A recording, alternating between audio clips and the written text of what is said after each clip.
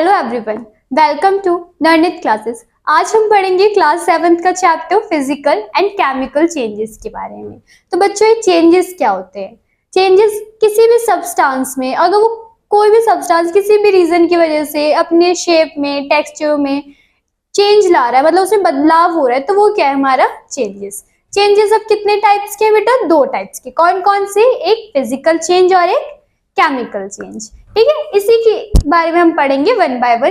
तो first line है इसमें, changes can be of 2 type, physical and chemical. जो मैंने अभी आपको बताया कि चेंजेस कितने टाइप के होते हैं, 2 टाइप्स के। कौन कौन से? फिजिकल और केमिकल। फर्स्ट टॉपिक पढ़ेंगे हम फिजिकल चेंजेस के बारे में। फिजिकल चेंजेस क्या होते हैं? ऐसे चेंजेस जिसमें कोई भी चेंज नहीं होता। अब आप बोलेंगे कि मैम अभी आपने बताया था कि इसमें चेंजेस होते हैं तभी तो फिजिकल चेंज है। हाँ, फिजिकल चेंजेस हैं, बट इसमें फिजिकल प्रॉपर्टीज में चेंज होते हैं, इसके सब्सटेंस में कोई भी चेंज नहीं होता। अब फिजिकल प्रॉपर्टीज क्या होती है बच्चों? फिजिकल प्रॉपर्टीज जैसे किसी भी सब्सटेंस का साइज हो गया, उसका शेप हो गया, तो वो क्या है? उस सब्सटेंस की फिजिकल प्रॉपर्टी है। ठीक है, तो इसे पढ़ते हैं एक बार। Physical changes are changes in the physical properties of substance. अभी बताया मैंने आपको, इसमें क्या होगा? सब्सटेंस की फिजिकल प्रॉपर्टीज में चेंज आएगा। No new substance are formed in this changes. कोई भी नया सब्सटेंस नहीं बनेगा इन चेंजेस में। These changes may be reversible। ये चेंजेस कैसे होंगे? रिवर्सिबल होंगे, यानी कि आप जो पहले जिससे बना रहे हैं वही आपको फिर से मिल जाएगा। ठीक है, तो जैसे कि मैं आपको एक एग्जांपल देती हूँ। एक बलून है, ठीक है, बलून आपने फुलाया होगा बहुत बर्थडे पे, तो मैंने तो बहुत सारे बलून फुलाए हैं, फोड़े भी हैं। तो बलून आपने फुलाया होगा, पहले उसकी शेप कैसे होती है? ऐसे ढीली ढीली सी, है ना। और फिर उसके बाद आप क्या करते हो? उसमें एयर मतलब हवा भरते हो, फिर वो कैसे हो जाता है? ऐसे गोल सब हो जाता है ना। मतलब इसमें क्या हो गया? इसके शेप में चेंजेस आ रहे हैं। पहले ऐसा था, फिर ये ऐसा हो गया। तो ये क्या है बेटा? इसकी फिजिकल प्रॉपर्टी है, इसमें ये चेंज आया है। जैसे आपने आपकी नोटबुक का, आपने अपने पेज का कभी तो बोट बनाया होगा, जैसे मैंने बहुत बनाया था।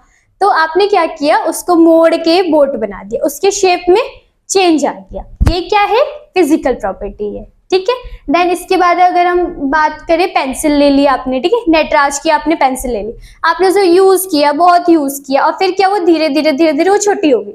इसका मतलब उसमें क्या चेंज है कि उसका जो साइज था वो क्या हो गया? छोटा हो गया। तो ये क्या है बेटा? ऐसे चेंजेस जिसमें कोई भी नया सब्सटेंस नहीं बनता, पर उसकी फिजिकल प्रॉपर्टी में चेंज होता है, ऐसे चेंजेस को हम बोलते हैं फिजिकल चेंजेस। जैसे कि यहाँ पे देखिए 2 एग्जांपल्स लिखे, blowing of an electric bulb, tearing of paper. Blowing of an electric bulb यानी कि आपने स्विच ऑन किया, लाइट जल गई, स्विच ऑफ किया, लाइट बंद हो गई। तो ये सारे चेंजेस कैसे होते हैं? Physical changes. इसके बाद हम क्या पढ़ेंगे? नेक्स्ट टॉपिक क्या होगा हमारा? Chemical changes. अब केमिकल चेंजेस क्या होता है? जो कि फिजिकल चेंजेस के अपोजिट हो, वही केमिकल चेंजेस। फिजिकल चेंजेस में क्या था? उसमें नया सब्सटेंस नहीं बनता था, इसमें न्यू सब्सटेंस बनेगा। वो कैसा था? वो रिवर्सिबल था। ये क्या होगा? ये इरिवर्सिबल होगा। ठीक है, तो इसमें भी पढ़ते हैं थोड़ा सा। Chemical changes are changes in which the chemical properties of the substance get changed. इसमें क्या होता है कि जो केमिकल प्रॉपर्टीज होती है वो क्या हो जाती है? चेंज हो जाती है। ऐसे चेंजेस जिसमें केमिकल प्रॉपर्टीज चेंज हो जाए उनको हम क्या कहते हैं? Chemical changes. In chemical changes new substance are produced. इस केमिकल चेंजेस में हमें नया सब्सटेंस मिलता है। ठीक है, दिस चेंज इज इरिवर्सिबल। ये कैसे होते हैं? इरिवर्सिबल होते हैं, ये रिवर्स नहीं होते। यानी कि आपने जो प्रोडक्ट पहले बनाया, ठीक है, जो जिससे यूज किया, फिर वही आपको नहीं मिलेगा। ठीक है, जैसे कि इसका एग्जांपल देंगे तो बर्निंग ऑफ अ कैंडल। आपने कैंडल जलाई, ठीक है, वो जल गई, फिर वो खत्म हो गई, तो आप उससे उसे फिर से कैंडल नहीं बना सकते। Formation of curd from milk.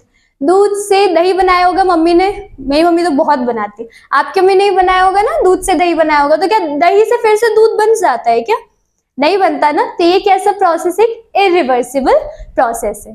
ठीक है बेटा, तो आपको एक छोटा सा होमवर्क मिलेगा, और वो क्या है? आपको एक लिस्ट तैयार करनी है फिजिकल चेंजेस और एक केमिकल चेंजेस के बारे में। ठीक है, इसमें आपको एग्जांपल्स लिखने हैं कि फिजिकल चेंजेस में कौन कौन से चेंजेस आते हैं और केमिकल चेंजेस में कौन कौन से चेंजेस आ सकते हैं।